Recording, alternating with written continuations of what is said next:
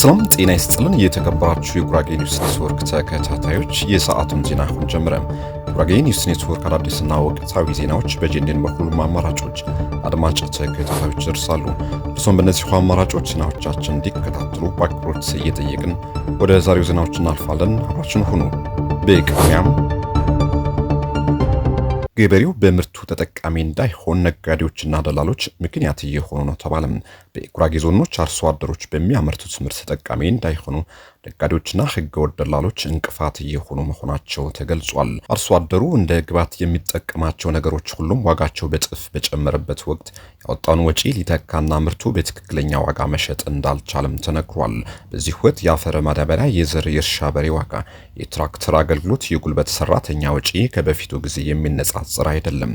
ዋጋቸው በእጅጉ ጨምሯል ተብሏል። ገበሬው ምርቱ ወደ ገበያ በማውጣትና በቀጥታ ከገዢው ጋር የሚገበያይበት አማራጮች የሉም። ስለሆነም ህገወጥ ደላሎች በርካሽ ዋጋ ለነጋዴዎች እንዲሸጡ ያደረጉት በመሆኑ የቁጥጥር ስራ እንዲሰራም ጠይቋል። ደላሎችና ነጋዴዎች እንደፈለጉ ይዘርፋሉ። እስከ አርሶ አደሩ መንደር በመውረድ ምርቱን በርካሽ ዋጋ እንዲሸጥ እየተገደደ መሆኑም ለጄኔን ቅሬታቸው ያደረሱ አርሶ አደሮች አመላክቷል። በጉራጌ ዞኖች ለአርሶ አደሮች ተጠቃሚነት የሚሰሩ ስራዎች በየሚዲያው እንደሚነገረው አይደለም። ከግብርና ባለሙያዎች እስከ የወረዳ አመራሮች የገበሬው ተጠቃሚነት እንዲጨምርና ምርቱ በሚገባ ሰብስቦ ለገበያ እንዲያቀርብ አማራጮች እንዲፈጠርለት ያደረጉት አለመሆኑም ይነገራል። በተለይም የመሬት ግብር በከፍተኛ ሁኔታ መጨመሩን ተከትሎ ምርቱን በርካሽ ዋጋ የሚሸጠው ገበሬው ወጪውና ገቢው የሚመጣጠን አልሆነም ብሎሳል። ለኪሳራም እየተዳረገ ነው ተብሏል። አመራሩ ከላይ እስከ ታች የተደራጁ ህገወጥ ደላሎችና ነጋዴዎች ላይ ቁጥጥር በማድረግ አርሶ አደሩ በቀጥታ ከሸማቹ የሚገናኝበት መንገድ እንዲፈጠር ያግዙት ዘንድም ተጠይቋል።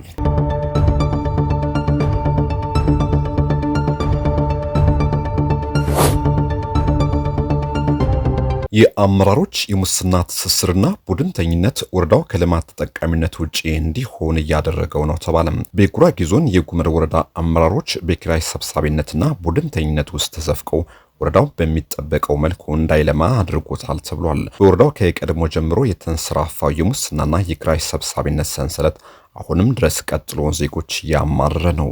ከወረዳው መቀመጫ አረቅት ከተማ እስከ የወረዳ ማዘጋጃ ቤታዊ ከተሞች ድረስ ህገወጥ የመሬት ዕደላና ሽያጭ ምክንያታቸው በውል የማይታወቁ ክፍያዎች ተጠናክረው መቀጠላቸው ይነገራል። ጄኔን ከወረዳው ነዋሪዎች በተደጋጋሚ ጊዜ የሚደርሱት ቅሬታዎች እንዳመላከቱት አመራሩ ስልጣኑን ሽፋን በማድረግ ዝርፊያ ውስጥ መዘፈቁን ያስረዳሉ። በተለይም በአክሲዮን ስም ቤተሰቦቻቸው ሰብስበው የከተማው መሬት ያድላሉ፣ ህገወጥ ግንባታ ይፈጽማሉ። ይህ አሰራር የወረዳው የቀድሞ አመራሮች የነበሩ አሁን ወደ ዞኑ የሄዱ አመራሮችም የሚሳተፉበት አሁንም ድረስ የቀጠለም የዘረፋ ሰንሰለት ነው ተብሏል። እጅግ ተንሰራፋ የተባለው ሙስናና ህገወጥ የመሬት ሽያጭና የከተሞች ህገወጥ ግንባታ በአመራሩ ፊት አውራሪነት የሚመራ ነው። በወረዳው ለሚሰሩ ልማት ስራዎች ህዝቡ በተከታታይ ጊዜ የሚያዋጣው ገንዘብ በትክክል ወዴት እንደማይደረግም ተገልጿል። ለከተማ ኮሪደር ተብሎ የመንግስት ሰራተኛ ወራዊ ደሞዙን ግማሽ እንዲከፍል ያለ ፈቃዱ መገደዱንም ተነግሯል። በወረዳው የመብራት መቆራረጥና መጥፋት አሰልቺ ሆኖ ሳለ ክፍያው ግን በከፍተኛ ሁኔታ መጨመሩን ነዋሪው እንዳማረረውም ተገልጿል። በወረዳው የሚገኙ የቀበሌ አመራሮች በአፈጻጸም ደረጃ ከሚጠበቀው በታች መሆኑን በቅርቡ ወረዳው ባደረገው ግምገማ እንደተገለጸ ጄኔን ተመልክቷል።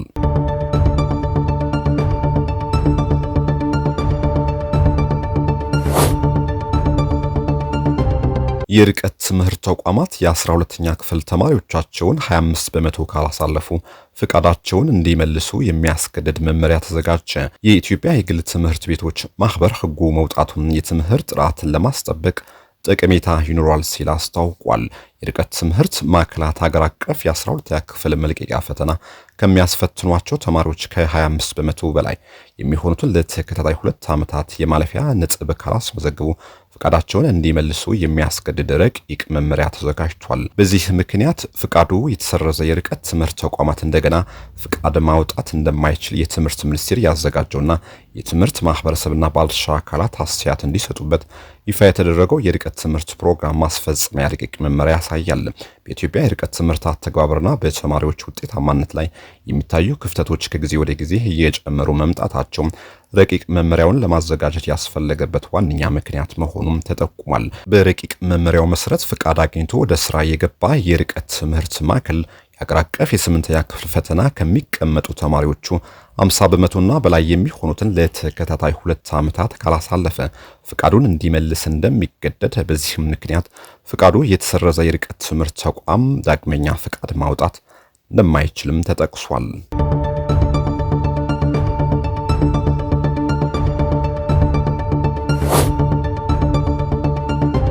የግብፁ የውሃና መስኖ ሚኒስቴር ሐኒስ ዋሊም ኢትዮጵያ በታላቁ የህዳሴ ግድቧ በግብፅና በሱዳን ላይ ላደረሰችው ጉዳት ካሳ መክፈል አለባት ሲሉ ለሀገሪቱ ፓርላማ ተናገሩ። ሚኒስቴሩ ህዳሴ ግድቡ በናይል ወንዝ ላይ ግብፅ በዓመት ካላት የ55 ቢሊዮን ኪዩቢክ ሜትር ውሃ ድርሻ ላይ የ38 ቢሊዮን ኪዩቢክ ሜትር ውሃ ጉድለት አስከትሏል ማለታቸውን የአገሪቱ ጋዜጦች ዘግቧል።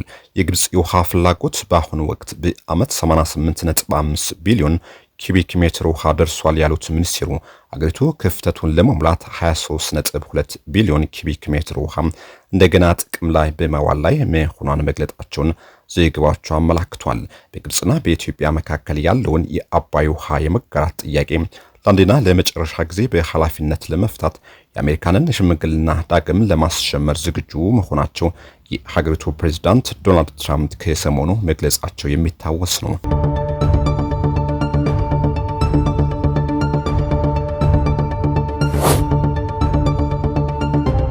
የሚኒስትሮች ምክር ቤት ባካሄደው 52ኛ መደበኛ ስብሰባው በተለያዩ ጉዳዮች ላይ ተወያይቶ ውሳኔ ያሳለፈም። ምክር ቤቱ በቅድሚያ በስራ ላይ ያለው የጉምሩክ አዋጅ ለበርካታ ዓመታት ያገለገለ በመሆኑ የአዋጁን ድንጋጌዎች ዓለም አቀፍ የንግድ እንቅስቃሴ ከደረሰበት የእድገት ደረጃ ጋር ለማጣጣም በአገራችን እያደገ የመጣውን የማኒፋክቸሪንግ ኢንዱስትሪ ልማት ለመደገፍ እንዲሁም ህጋዊ ንግድና ኢንቨስትመንት ለማበረታታት ይችል ዘንድ የማሻሻያ አዋጁ ተዘጋጅቶ ቀርቧል። ምክር ቤቱም በማሻሻያ አዋጁ ላይ በሰፊው ከተወያየ በኋላ ግባቶችን በማከል አዋጁ ወደ ህዝብ ተወካዮች ምክር ቤት እንዲተላለፍ በሙሉ ድምጽ ወስኗል።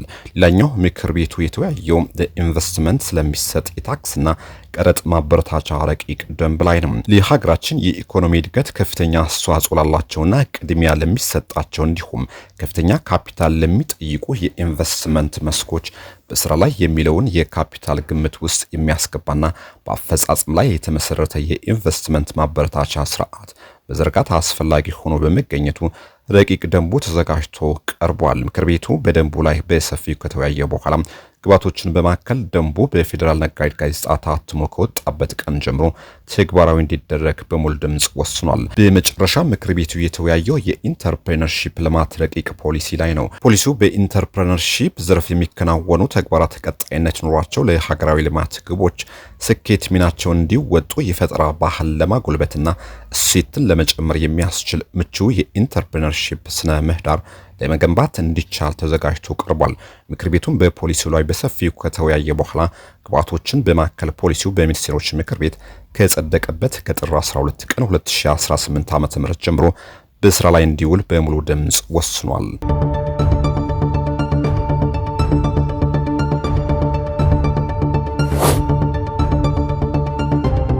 ሶማሊያ ከተባበሩት አረብ ኤሚሬትስ ጋር ያላትን የጸጥታ ትብብር ካቋረጠች ከአንድ ሳምንት በኋላ ከኳታር ጋር የመከላከያ ስምምነት ተፈራረመች። ሶማሊያ ከተባበሩት አረብ ኤሚሬትስ ጋር የነበራትን ሁሉንም የጸጥታና የመከላከያ ስምምነቶች በይፋ ካቋረጠች ከጥቂት ቀናት በኋላ ከኳታር አዲስ የመከላከያ ትብብር ስምምነት መፈራረሟን የሀገሪቱ የመንግስት ዜና አገልግሎት ሶና ዘግቧል። ስምምነቱ በዶሃ የተፈራረመው በሶማሌ መከላከያ ሚኒስትር አህመድ ሙአል ፋቂና በኳታር ምክትል ጠቅላይ ሚኒስትርና የመከላከያ ጉዳዮች ሚኒስትር ዴታ አብዱልራህማን ቢን ሐሰን አልታኒ አማካኝነት መሆኑ ዘገባው አመላክቷል። የመከላከያ ትብብር ማቀፉ ትኩረት የሚያደርገው በወታደራዊ ስልጠና፣ በልምድ ልውውጥ፣ በመከላከያ አቅም ግንባታና በተጠናከረ የጸጥታ ትብብር ላይ ሲሆን ዋና ዓላማውም ቀጠናዊ ሰላምና መረጋጋትን መደገፍ እንደሆነም ተገልጿል።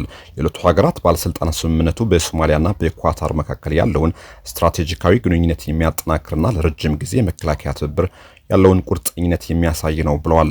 ይህ ስምምነት የተፈረመው የሶማሊያ ሚኒስትሮች ምክር ቤት ከተባበሩት አረብ ኤሚሬትስ ጋር የነበሩትን ሁሉንም የሁለትዮሽ የጸጥታና የመከላከያ ስምምነቶችና መግባቢያዎች መቋረጡን ካስታወቀ ከጥቂት ጊዜ በኋላ ነው። የተከበራችሁ ውድ የጉራጌ ኒውስ ኔትወርክ ተከታታዮች ለሰዓቱ የነበሩን ዜናዎች እነዚህ ይመስሉ ነበር። ቆይታችሁ ከጄኔን ጋር ስለሆነ እናመሰግናለን። መልካም ጊዜ